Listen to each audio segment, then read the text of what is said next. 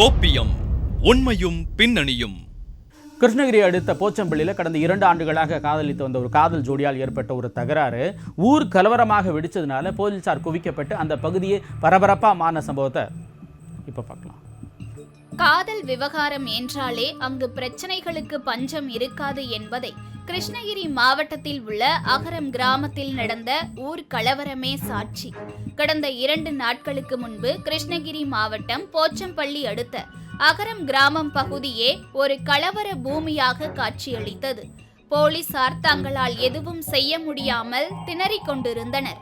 இதற்கிடையில் இவர்களை கட்டுப்படுத்த முயன்று கடைசியில் முடியாமல் காவல் பெண் உதவி ஆய்வாளர் ஒருவர் மூர்ச்சையாகி போனதுதான் மிச்சம்.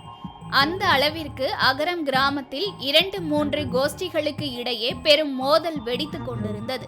ஒரு வழியாக ஒரு சில மணி நேரத்திற்கு பிறகு அவர்களை தங்களுடைய கட்டுப்பாட்டிற்குள் கொண்டு வந்த போலீசார் நடந்த சம்பவம் குறித்து நடத்திய விசாரணையில்தான் பல திடுக்கிடும் தகவல்கள் வெளியாகின. அதில் அகரம் கிராமத்தைச் சேர்ந்த சுகுணேஸ்வரன் என்பவர் அவர் கிராமத்தின் அருகே உள்ள ஒரு தனியார் மெத்தை உற்பத்தி நிறுவனத்தில் பணிபுரிந்து வந்துள்ளார்.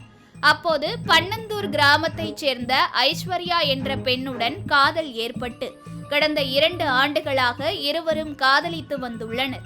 இந்நிலையில் கடந்த 2 நாட்களுக்கு முன்பு ஐஸ்வர்யா அவர் வீட்டிலிருந்து கிளம்பி அகரம் கிராமத்தில் உள்ள அவரது காதலன் சுகுணேஸ்வரன் வீட்டிற்கு வந்து தஞ்சமடைந்துள்ளார். இதனை அறிந்த ஐஸ்வர்யாவின் பெற்றோர் மற்றும் உறவினர்கள் என சுமார் 20க்கும் மேற்பட்டோர் இருசக்கர வாகனங்களில் அகரம் கிராமத்திற்கு வந்து காதலன் சுகுணேஸ்வரன் வீட்டிற்கு பதிலாக அவரது வீட்டின் அருகே உள்ள விஸ்வா என்ற இளைஞரை தவறாக புரிந்து கொண்டு பலமாக தாக்கியுள்ளனர். இதனை கண்டு அதிர்ச்சி அடைந்த விஸ்வாவின் பெற்றோர் மற்றும் உறவினர்கள் ஐஸ்வர்யாவின் உறவினர்களை சுற்றி வளைத்து தடுத்து விசாரித்து உள்ளனர். இதனையடுத்து தவறாக விஸ்வாவை தாக்கியது தெரிய வந்தது. அப்படி இருந்தும் சுதாரித்து கொண்ட அவர்கள் மீண்டும் சுகுணேஸ்வரனை அடையாளம் கண்டு ஆக்ரோஷமாக ஒன்று சேர்ந்து தாக்கியுள்ளனர்.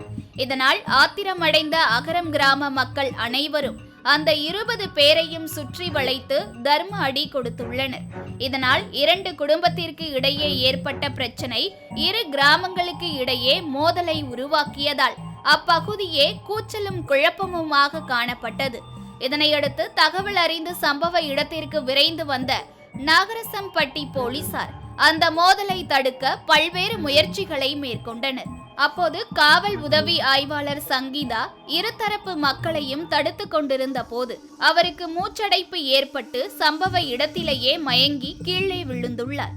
இதனை கண்ட போலீசார் அவரை மீட்டு போச்சம்பள்ளி தனியார் மருத்துவமனையில் அனுமதித்தனர்.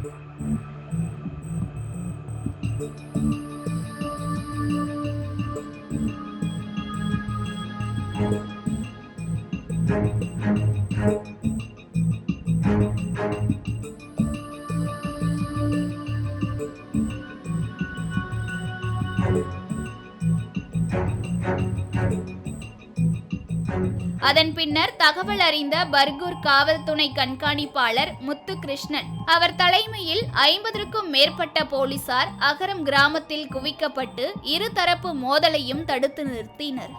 பின்னர் அங்கு வந்த கிருஷ்ணகிரி காவல் கண்காணிப்பாளர் தங்கதுரை மோதல் நடைபெற்ற கிராமத்தை பார்வையிட்டதை தொடர்ந்து பர்கூர் காவல் துணை கண்காணிப்பாளர் முத்துகிருஷ்ணன் தலைமையில் 50க்கும் மேற்பட்ட போலீசார் அகரம் கிராமத்தில் பாதுகாப்பு பணியில் ஈடுபட்டு வந்தனர். பொதுவாக காதல்ங்கிறதே பழங்காலத்து காதல் மாதிரி இல்லாமல் இது ஒரு ஜாலியாகவும் பொழுதுபோக்குறதுக்காகவுமே காதலுங்கிற மாதிரி வந்துருச்சு. இந்த காதல் மத ரீதியாக ஜாதி ரீதியாக போய் கடைசியில் அடிதடி சண்டை வம்பு வழக்கு அது மாதிரி போய் தான் முடியுது.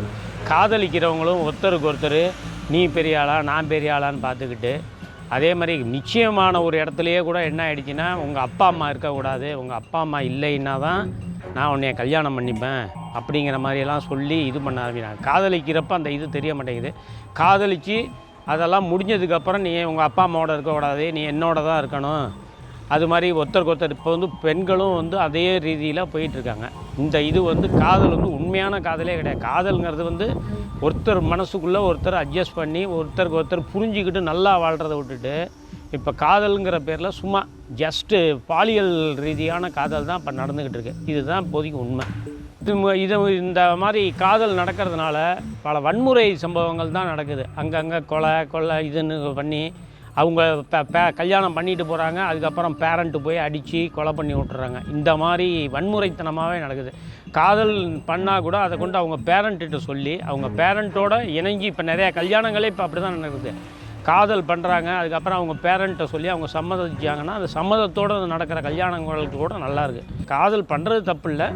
காதல் பண்ணால் அதை தெளிவாக ஒருத்தருக்கு ஒருத்தர் நல்லா புரிஞ்சுக்கிட்டு அவங்க பேரண்ட்டோட பெற்றோர்களோட சம்மதத்தோடு செஞ்சு கல்யாணம் பண்ணால் கடைசி வரைக்கும் நிலையாக இருக்குங்கிறது தான் கருத்து.